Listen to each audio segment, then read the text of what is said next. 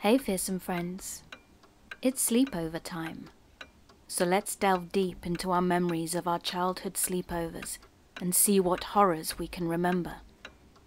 So sit back, relax, and get cozy, comfy, warm, because it's time to let your nightmares in. I was 17 at the time, and I need to give you a little background. It was the 80s and before cell phones, and I'm a female, and I had a best female friend at my high school who I'll call C for short. C and I met when her brother asked me to be his girlfriend, and she didn't like me at first. She would walk around and taunt me, but once I stood up to her she began to respect me, then got to know me properly. Now because I knew her and her brother, it was a very short-lived romance. I spent a lot of time hanging out at their house, and C also had younger twin brothers, her mom, and an older male cousin who lived in the house too.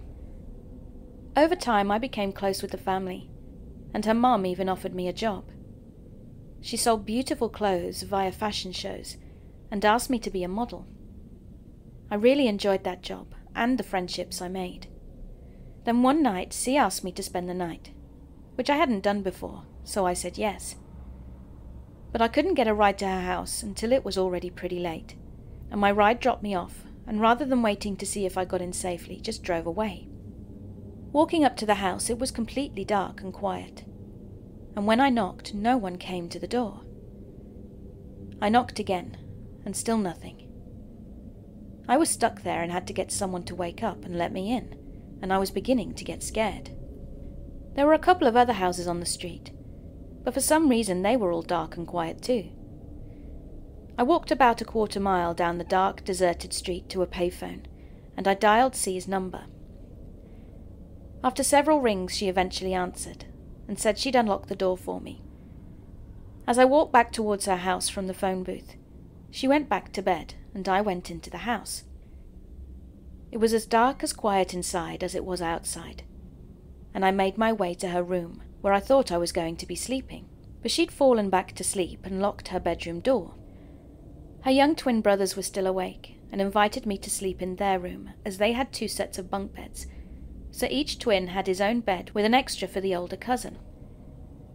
I didn't see the other brother, my former boyfriend, that night at all. That was a fine situation for me, as I liked the twins, who were about 9 years old, so I laid in one of the bottom bunks, and I was ready to sleep. The boys were talking like kids do, and they were fine. But the older cousin was in there as well, I believe in the bunk above me, but they never turned on the light, so I wasn't really sure. Now while the twins talked and giggled about nothing, the cousin, who was at least 20, maybe older, began making very inappropriate comments to me, which in pitch blackness was all the more unsettling because I couldn't see where he even was in the room. At first I ignored him, thinking he was just being a dick. But he persisted.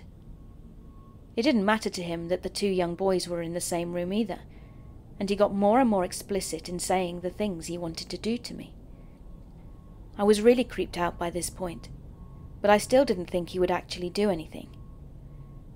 I kept asking him to stop talking to me like that, but he wouldn't. It just escalated, and I could tell he wasn't going to leave me alone. So I finally got up and walked out the room, still in the dark, and I made my way to my friend's room right across the hall. I knocked and knocked on her bedroom door, but she didn't make a sound. I could see that C was a very deep sleeper, and her door was still locked. This entire time the cousin kept talking and scaring me, and as I frantically tried to wake my friend, he began getting out of his bunk and coming towards the hall where I was. I had to do something fast.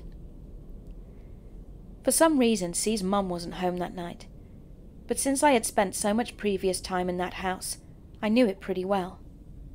I knew there was a den right next to the room that I had been in with the boys, and I knew that the den door locked. Just as the cousin reached me in the hallway, I screamed a little, ran into the den and slammed the door in his face, immediately turning the lock all in one motion. That room was even darker, so the first thing I wanted to do was turn on a light, but I couldn't find one anywhere. I searched for a light because I wanted to push something else in front of the door, knowing that little door lock was not a strong one, but I couldn't find a light anywhere, and within about a minute I could hear the cousin fiddling with the lock. He got it open so fast he might as well have used a key. So now he had me where he wanted me, and he quickly closed and relocked the door. We were now completely alone in a dark room, with no one around to stop him. The twins had stayed in their beds throughout, and there was nothing they could have done anyway. This guy then very quickly grabbed me towards him, putting one hand over my mouth and nose so I could neither scream nor breathe very well. His other hand went right between my legs, and he was touching me in my most private place, while I was at his mercy and barely breathing. He quietly said things in my ear as I struggled to breathe, and somehow defend myself. He was behind me, and his arms were wrapped around mine in such a way that I couldn't use them. I'd been in a similar situation with a man in my not-too-distant past, so this time I was angry, and I did not want this to happen to me again. It went on for a few minutes, which seemed like an eternity, and just when I thought I'd run out of hope, miraculously there was a knock on the door of the den. It was my friend C. She hadn't woken up when I was pounding on her bedroom door, but some kind of divine intervention had somehow caused her to wake up now. "What's going on in there?" she asked. The man tightened his grip on my mouth and nose so that I couldn't make a sound, and he said to her, We're okay in here." I tried with all my might to at least make some kind of sound, but since I couldn't get a breath in, I couldn't manage it. I will, however, be eternally grateful for my friend C in that moment, as she didn't just go back to bed, thinking I was messing around with her cousin. Instead, she said that she wanted to hear me say I was okay, and that's when the cousin knew he had lost and let go of me. I immediately screamed, "Help me!" and I ran into her bedroom with her following behind me. She then closed and locked her bedroom door. I was gasping for air, crying, and trying to tell her everything that had happened. She had trouble calming me down as I was still terrified, and I told her that he could pick her lock if he wanted to, and would come in and get me. She promised that she wouldn't let that happen, and much later I was somehow able to fall asleep. In the morning I woke up instantly afraid, remembering what had happened the night before, and C wasn't in the room with me. I panicked for a moment, thinking the cousin was still somewhere in the house, but after a moment I heard my friend talking with her mum, who had arrived back home. I joined them at the table and learned that C had already filled her mum in on everything. Her mum told me she was sorry about what had happened, and that morning she had already thrown the cousin out of the house, and that he would never be allowed to come back. Then she asked me to please not report this to the police. In that moment I had been certain I was going to report it, as I hadn't reported my previous assault because I felt like it had somewhat been my fault, and I didn't want anyone to find out about it. I was still struggling with that decision, but this time I was angry, and I did not deserve to have that happen to me. These people had felt like my second family for a while, and that mum was my boss at a job I enjoyed very much. I didn't want to hurt them, and I certainly didn't want to jeopardize my relationship with the mum, or my job. The important thing was, though, is this time I knew none of it had been my fault. And I knew my worth. I realized that. No matter what a woman does, nothing gave a man the right to force himself upon her, and I had gained quite a bit of strength through this experience. So the point was not whether I'd reported the incident or not. I'm going to leave that part up to you, the reader, to decide. To all women, even men, I recommend carrying pepper spray and a stun gun as I do now. I won't get into a discussion about guns, but you can stop an attacker or even a dog or a bear, even from a distance of up to 4 yards with pepper spray, and up close you can disable them with a stun gun and get away safely without killing anyone. My wish for everyone reading this is to please stay safe, and be aware of your surroundings.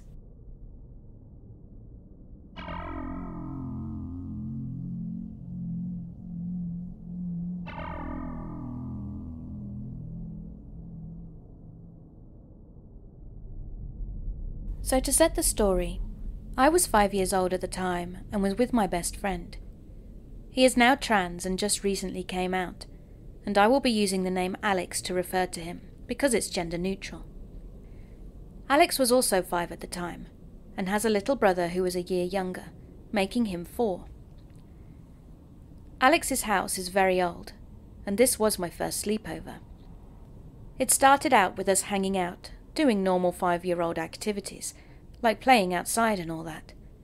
And it was the end of summer, so it was starting to get dark at around 8:45.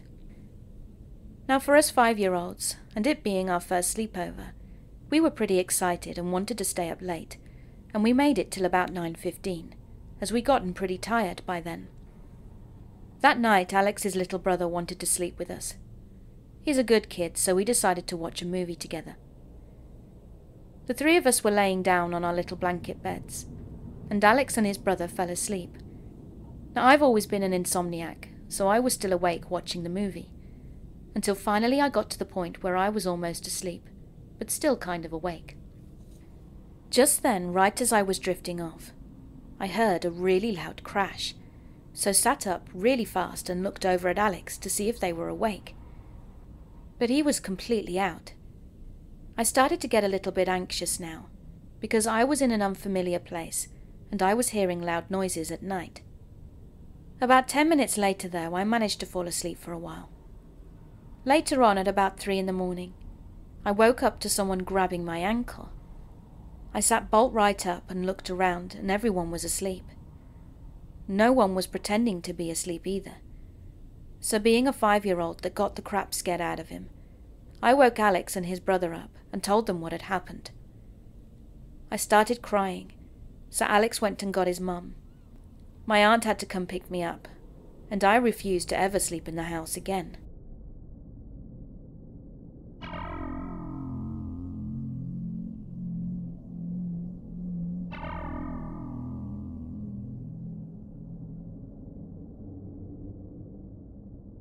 So when I was a kid, I used to go to summer camp every year.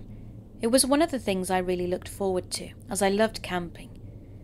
But one year I had a particularly weird experience that was one of those situations that was both scary and in some ways kind of funny when I looked back on it years later.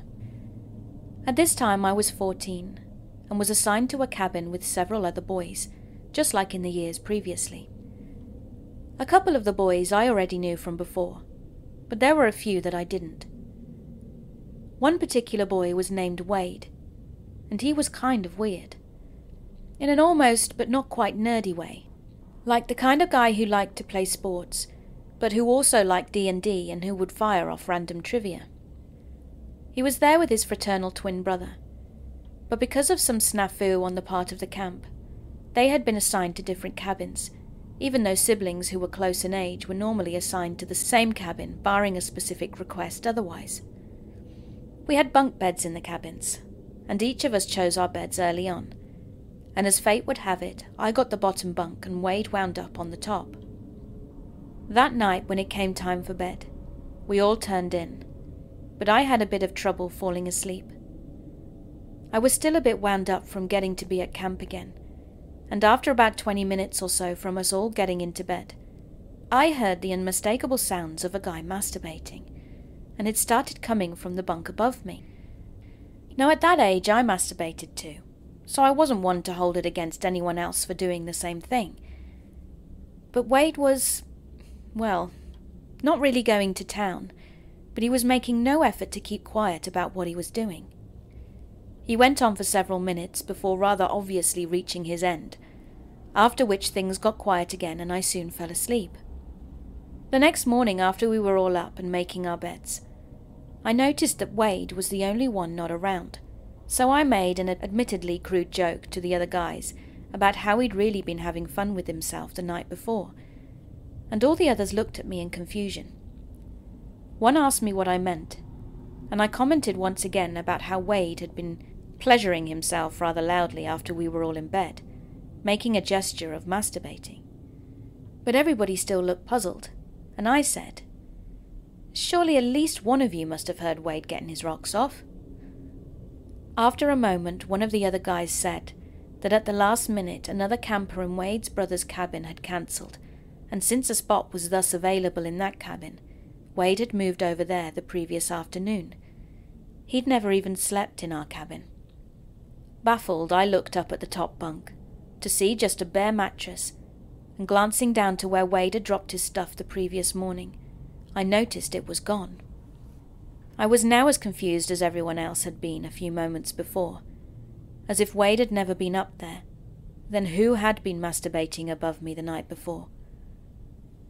The other boys laughed and accused me of dreaming the whole thing, but when I later mentioned it to one of the counselors there, he grew quiet for a moment before saying that there had been a story going around the camp for many years of a teenage boy who'd drowned and whose bed had been the one above mine. As the story went, his ghost supposedly haunted that cabin, but the counsellor, like many other people, had always dismissed it as nothing more than a tall tale told around the campfire, until now.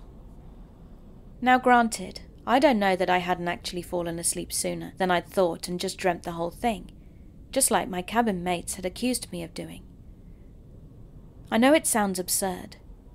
After all, who ever heard of a masturbating teenage ghost? But it seemed so real, and I'm sure I was wide awake when it happened.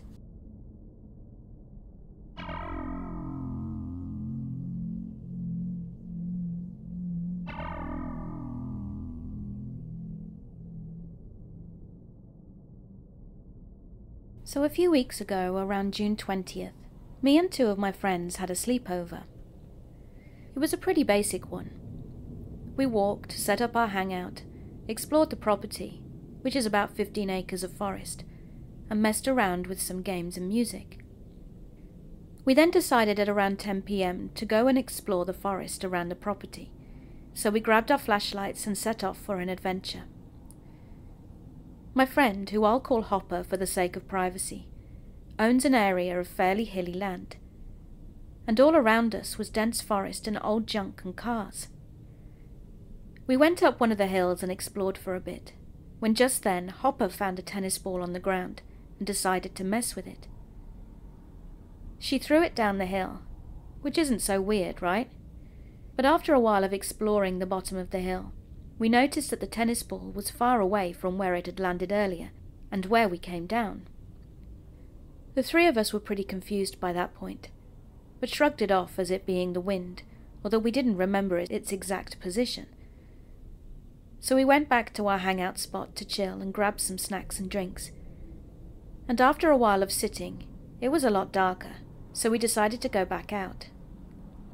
We went back up the same hill where we'd found the tennis ball at the bottom, and explored for a while there before going back to the spot we'd found the ball originally, only to find that there were now 2 more balls in its place. Initially freaked out a bit and certainly very confused, we went down assuming that we hadn't seen them before. However, as we went down the hill, my other friend, whom I will call Greg, heard something in the woods beside us and told us we weren't alone.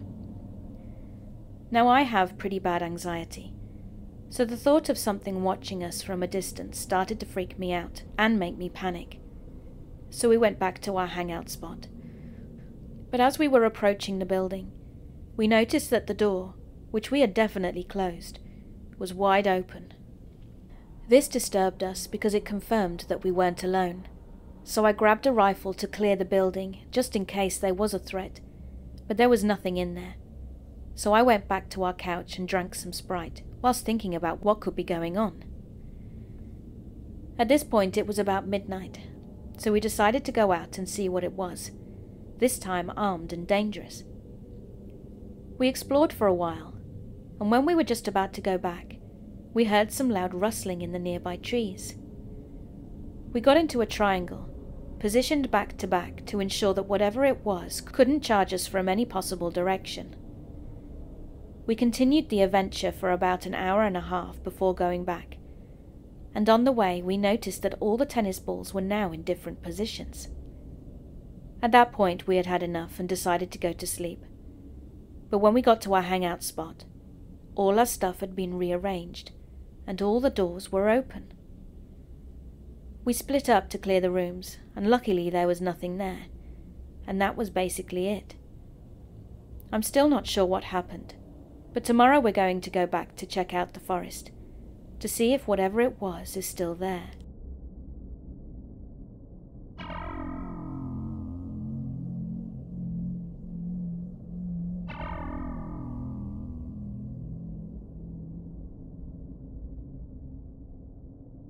So I have a couple of stories to tell that happened at my cousin's house. The first one was back when I was about 13 years old, and I was staying the night at my cousin's house almost every weekend during the school year. We would try to pull all-nighters and fail miserably every time, ending up asleep by 3 or 4 a.m. I always slept on the floor with a bunch of blankets and pillows, so I wasn't uncomfortable. But one time I woke up before Trey, my cousin, and I looked at my phone to see what the time was. It was about 8 a.m., which was way too early for me, considering we'd gone to bed around 3. So I tried to go back to sleep. However, I wasn't even close to drifting off, when all of a sudden, I heard the loudest ear-ringing gunshot right next to me, and I curled up into the fetal position instinctively, covering my ears and closing my eyes tightly. I stayed like this for a couple of minutes, then tentatively opened my eyes to see nothing. Everything was normal.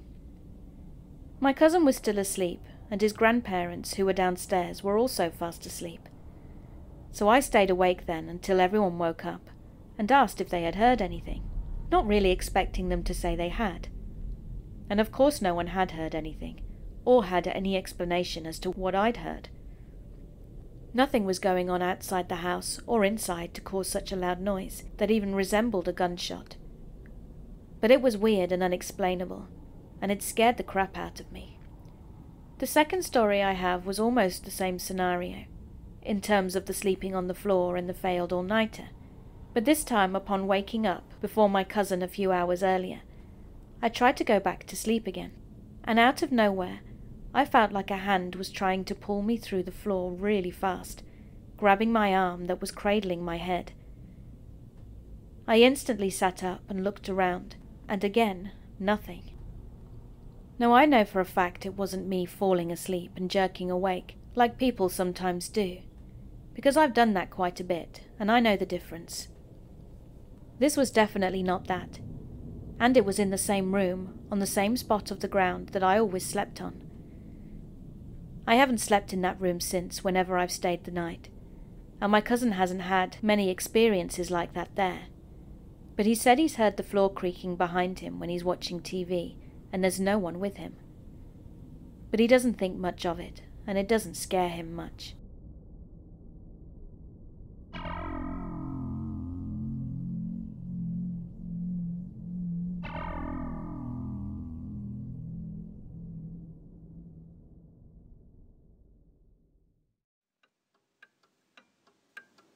Hey, thanks for listening. I hope you enjoyed my video. And if you did, could you please give me virtual hugs by subscribing and clicking that notifications button.